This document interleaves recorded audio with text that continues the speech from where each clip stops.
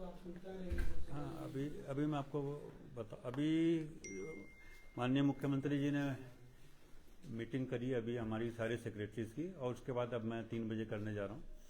तो उनका आदेश है कि हमारी जो 7 प्रायोरिटीज उन्होंने हमारे लिए सरकार के लिए फिक्स हैं, जो अगले 2 साल तक रहेंगी।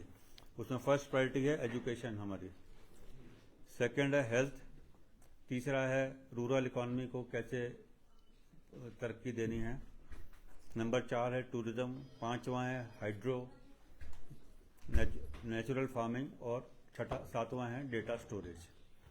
डेटा स्टोरेज के लिए मतलब यहाँ पे कैपेसिटी क्रिएट करनी है। तो इन 7 पे पॉलिसी, क्योंकि अब 2 साल के बाद इलेक्शन ड्यू है, तो इसलिए फोकस्ड काम करेगी सरकार इधर, और अपने रिसोर्सेज को सेंट्रल तरीके से इन मेजर प्रायोरिटी एरिया पे काम करेगी। तो हमारी तो ड्यूटी सरकार के साथ ही है। तो जो सरकार की जो पॉलिसी जो बनेंगी इन्हीं सेक्टर्स को प्रमोट करने के लिए बनेंगे।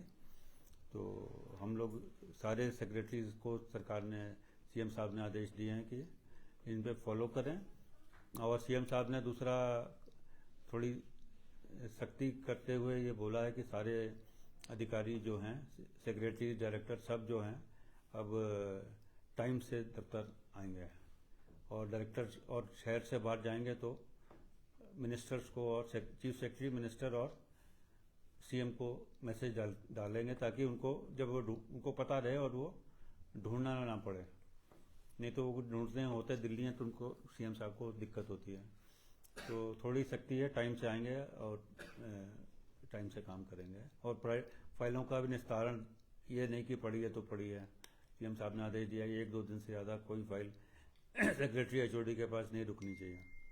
अगर फाइल की कोई होगी तो कोई अकाउंटेबिलिटी फिक्स करेगा? अकाउंटेबिलिटी फिक्स करने को बोला है मेरे को भी, तो मुझे उम्मीद है कि ऐसी जरूरत ना पड़े, लोग खुद ही करें। नहीं तो फिर वो सीएम साहब ने कहा मंथली रिव्यू करो और 15 दिन में रिव्यू करो, और फिर उनको बताओ कि कौन काम नहीं कर रहा है। जो आपके टेबल पे कोई हमने फाइल देखी नहीं ना हो, मैं क्योंकि मैं खुद 10 बजे मित्रगण सारे टाइम से आएंगे। सर, सीओएस की मीटिंग बड़े लंबे टाइम से प्रदेश में नहीं है, क्या दोबारा रिवाइव करेंगे? सीओएस में अब जैसे वो सीओएस एक फॉर्मल प्रोसीजर है, हालांकि उसको कोई पावर नहीं होती है। इट इज जस्ट रिकमेंडेटरी, आपस में बैठ लेते हैं। तो आपस में बैठने का तरीका तो मतलब भारत सरकार में सीओएस को पावर्स हैं कि वो रेकमेंड करती है तो उधर वो उसको माना जाता है। लेकिन अभी यहाँ पर उसका रूल्स में उसका सीओएस की जो पावर है कहीं डिफाइंड नहीं है। तो वो भी मतलब बेसिकली जैसे हम अभी मैं मीटिंग करने जा रहा हूँ, वो भी एक तरीके से सीओएस ही है। जो मैं मीटिंग करूंगा, मिलूंगा लोगों से, तो अपने सेक्रेटरी के साथ, तो वो भी एक सीओएस ही टाइप है, पर उसको उस नाम नहीं दिया है उसको। तो जब मैं इस महकमे में था एआर में, तो रेगुलर मुझे रॉय साहब चीफ सेक्रेटरी थे, हम रेगुलर मीटिंग मंथली होती थी। उसके मेरे जाने के बाद इक्का दुक्का ही हुई हैं हटने से। प्रदेश की आर्थिक स्थिति उतनी अच्छी है नहीं, आपके सामने बड़ी चुनौती है, किस तरह से पार करेंगे? आर्थिक स्थिति अभी 4-6 महीने तो थोड़ी सी मुश्किल में है हमारी, अभी वो भी डिस्कस हुआ साहब से, और इसीलिए थोड़े से हाथ खींच के काम करना पड़ रहा है हमको। अगले साल से हमको उम्मीद है कि ये स्थिति अगले 2 सालों में नहीं रहेगी। तो नेक्स्ट 2 इयर्स हमारे लिए फेवरेबल रहेंगे। 4 से 6 महीने का पीरियड बताया आपने, इसके लिए कोई स्ट्रेटेजी है कि मतलब? स्ट्रेटेजी फाइनेंस सेक्रेटरी साहब, क्योंकि मैं नया हूँ, उतनी मेरे को अभी उतनी नॉलेज नहीं है, लेकिन ये है कि सरकार को परेशानी तो नहीं आने देंगे। जो दिक्कत है वो तो है, पर ऐसी स्थिति तो नहीं आने देंगे कि लोग मतलब काम ही बंद हो जाए। हाँ, आप तक की स्थिति है सर, काफी नुकसान प्रदेश का हुआ है, प्रदेश का विकास भी करना है, एम्प्लॉय भी हमको तनख्वाह देंगे, तो किस तरह से मैनेज करेंगे सर? जो डैमेजेस हुए हैं उसके लिए तो भारत सरकार के साथ रेगुलर हम लोग इंटरेक्शन होता रहता है, टीम्स भी आ चुकी हैं यहाँ पे।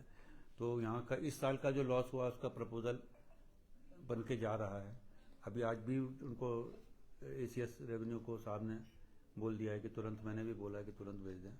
और जो पिछले वाले जो पैसे आने हैं उसके लिए भी प्रयास हो रहा है कि वो कोशिश सीएम साहब कर रहे हैं कि जो 2 किस्तों में आना है वो हमको 1 किस्त में ही आ जाए। तो और यूटिलाइजेशन सर्टिफिकेट्स टाइम पे भेज के उस पैसे को वापस ला सकें। तो ये है। बाकी इस साल का जो पैसे का रिम्बर्समेंट थोड़ा शायद लेट हो, लेकिन पिछले को कोशिश कर रहे हैं कि पिछला जो अवार्ड हुआ है वो आ जाए हमारे पास। सर, जो ये 7 सेक्टर फोकस किए गए हैं, तो क्या इनसे जुड़ी पॉलिसीज भी नई सिरे से ड्राफ्ट होंगी? कुछ पॉलिसी लगभग क्या- बनी हुई हैं, पर यह है कि बजट का एलोकेशन होगा इनमें, मतलब रुकावट तो है, बजट की दिक्कत है। तो इनमें साहब ने बोला है कि इनमें फाइनेंस डिपार्टमेंट लिबरल रहेगा इनको फंडिंग करने के लिए, इन सेक्टर्स में ना, इनमें इनके केसेस में ज़्यादा फंड रिलीज होगा।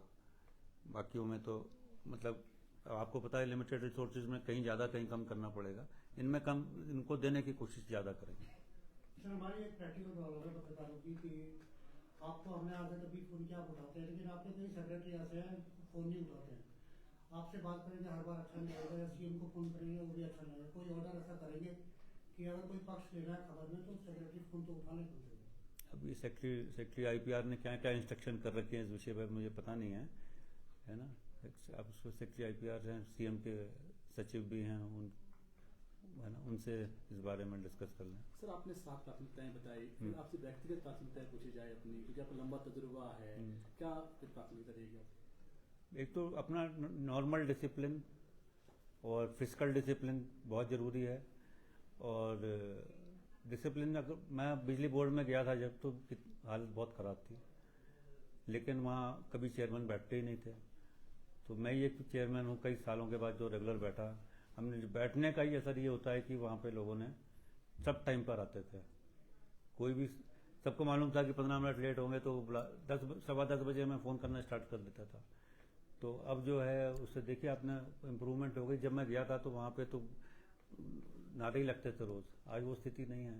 फाइनेंशियल पोजीशन भी है, 500 करोड़ का प्रॉफिट अभी मेरे ख्याल से हमने 15 महीने में 500 करोड़ का प्रॉफिट दिया है। तो उम्मीद करता हूँ कि अपने हाथ में जितना है उतना करने का प्रयास करूँगा। सर, सीएम साहब कहते हैं कि लोन चुकाने के लिए लोन लेना पड़ रहा है, हिमाचल अपने पाँव पे खड़ा हो, कुछ अपने ऐसे स्रोत पैदा हो, उसके लिए क्या रहेगा आपका? अभी तो दिक्कत है ही है ना। पर जैसे अब आप देखो ना, बिजली बोर्ड जैसा ऑर्गेनाइजेशन घाटे में क्यों गया था? हमारे नहीं जाना चाहिए, पावर सेक्टर में घाटा होना नहीं चाहिए। हम लोग की लिथार्जी है। अब मैं, अगर हमने ठीक से काम, पैसे की वेस्टेज ना की होती तो ये, मतलब मैं ये कह सकता हूँ बिजली बोर्ड के एक्सपीरियंस से कि हम लोगों ने या हमारे अधिकारियों ने वहाँ पे पैसे को, एक दुधारू गाय को बिल्कुल मार दिया है। तो सिर्फ हमने कोई अच्छा ऐसा काम थोड़ा ना किया स्पेशल। भाई ये है कि वेस्टेज बंद कर दी, वेस्टेज भी बंद हो जाए सरकारी सिस्टम में तो लॉसेस कम हो जाएंगे।